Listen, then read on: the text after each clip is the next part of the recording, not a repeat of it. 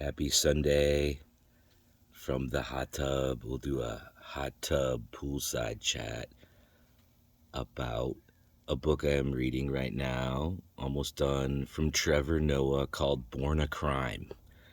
And what I'm finding out is how many things you can have in common with somebody that grew up in South Africa, and is half black, half white in apartheid, and how all the craziness that he had to deal with to go through that. One thing we share is a single mother.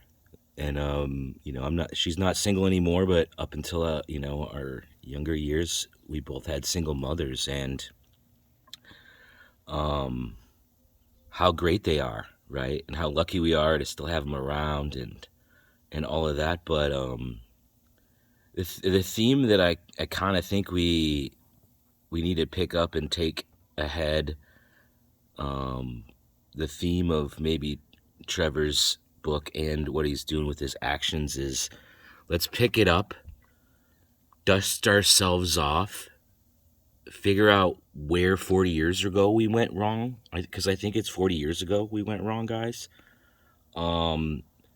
Meld that with what we know and the technology and the mindset, conversations that we have now, and move that into the future.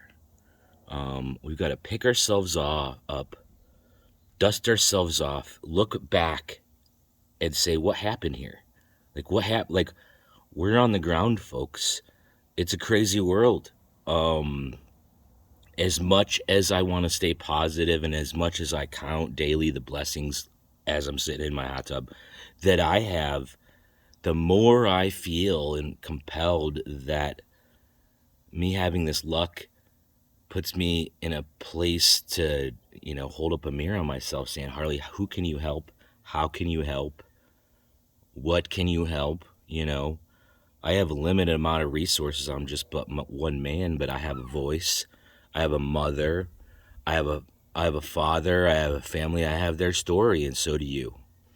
And I also read a book, Stephen A. Smith's book called Straight Shooter. And those are two black guys. One grew up in Queens, one grew up in South Africa. And you would have thought that we were raised by similar mothers, and mine's white, and when it was in the Marine Corps, and you know what I mean? Poor is, I think, the correlation. But it's also not up to somebody 65 and above fighting cancer to solve our problems for us and think about this, that, or the other. It is our job to start to look around. What's going on? How can I help? Just how can you, because it's going to make you feel better, I promise you. However, pragmatically, maybe you don't care as much as you did, and that'll help. But here's where I'm going with this, okay, guys? It seems like everything that's negative in the news is kind of because of the craziness, right? So let's just look at the craziness, okay? Like, man, it's just so common. I can relate with you by saying it's crazy right now, right? Where did this start? What are we talking about? And like, how did this happen, right?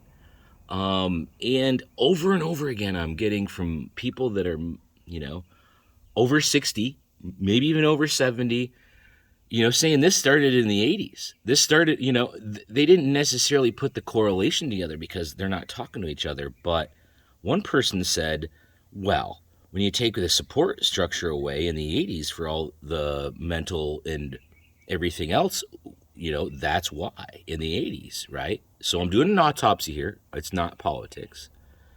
And I brought this to my mom, who's a little younger. She was in college. And here's the story, guys. My mom's a single woman. I was like age 1 to 5. This is from 80 to 84. We were able to dial this in. This is the time frame. This is the numbers. And what happened was they decided all the people in the mental asylums and all the people that were like had help since the 30s and institutionally, whether it be medical, physical, or whatever, They decided only the ones that are a danger to other people are going to stay, and all the rest of them are out. We're not paying for them anymore. Okay? And she remembers when this happens. I want to step back and say, that's scary as hell, right? She was in a hometown, Mount Pleasant, where we had all these people released. They let them out on the streets. A single woman. She didn't have time to be tired, though. She was at work. She didn't have time to be scared either. She just handled her business. She's also Marine. But my goodness, how outrageous would that be in a day today where we just let them all loose? Okay, that's what happened, folks. So I'm going to bring it back. This brought me to the conversation with my mom. So we got two people that are around for this, okay?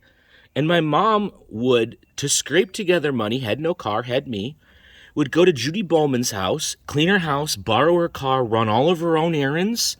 Judy Bowman was from our church, and they would pay my mom, but Judy Bowman worked at the state home. Judy Bowman was the boots on the ground seeing all this. I have family members that have had these, services cut. I have over a 50-year-old Down syndrome cousin who's thrived on these systems, and they're all being cut, and you can see it in his, in the way he's treating his mom is what I'm hearing. So guys, back in the 80s, we cut all the services, to the people that need them, and they end up out on the streets. Now, that seems like a pretty through line, clear case. One person I talked to was in Arizona. One person was in Michigan when this happened, okay? Where am I going with this, guys? What's happening in our society is a crime. It's a crime. We're not helping out our fellow man, it seems. And it's not your fault. It's not their fault. It's all of our fault. Okay? We've collectively as a society got to understand what our capabilities are and what their capabilities are, okay? And when I say them, I mean the people in our community. One person goes off their meds, creates this havoc. Let's just think of how much that costs us, okay? Time, resources. And so those people helping those people get tired of it too.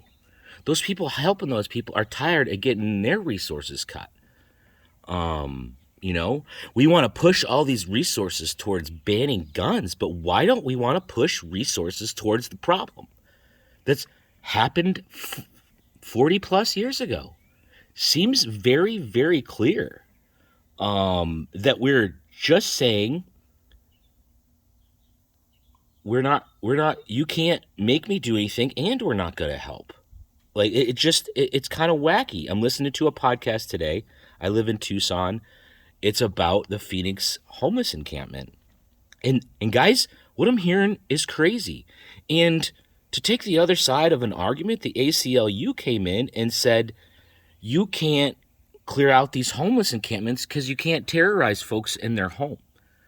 But those folks can terrorize the business owners of 20 years that are just running a sandwich shop? How does that? It seems we need better arguments. It seems like one person wins an argument and, okay, we're just going to sweeping do that. This isn't a conversation. America is a conversation. Let's have it. Let's keep having the conversation. It's not easy. It ends up in craziness sometimes, but let's dial it back.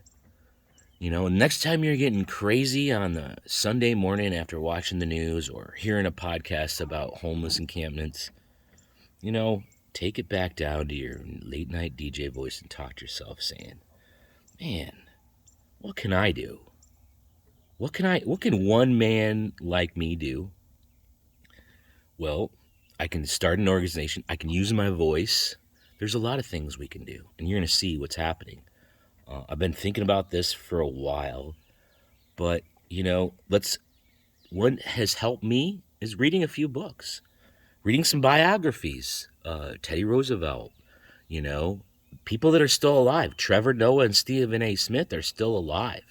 David and Goliath is a book I'm reading right now. So let's pick up some books.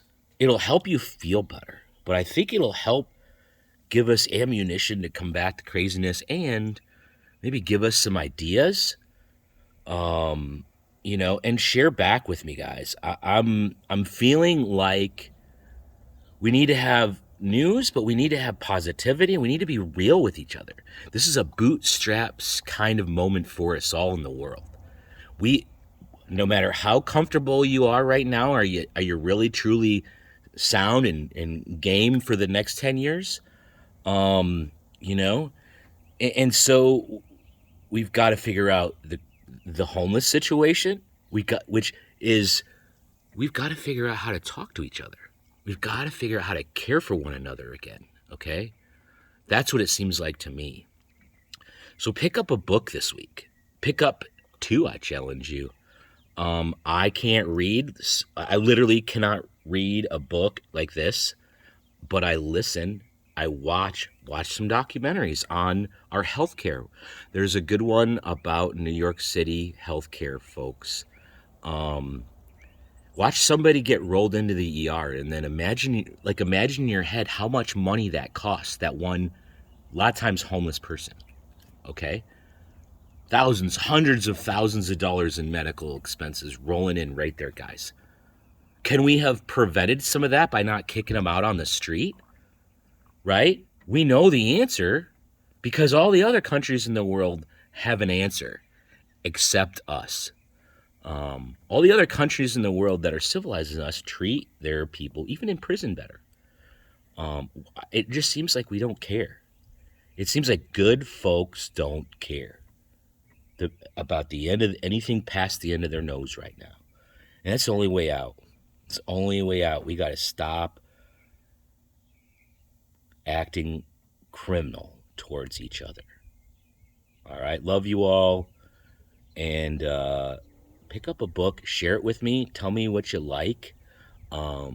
There's two books I would let you know about is the Trevor Noah book and the Stephen A. Smith book. And, start reading people's biographies who are not like you.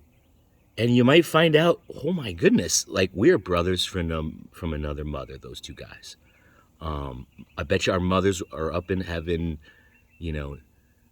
hanging out when we're all said and done. But love you all, guys. Have a great Sunday.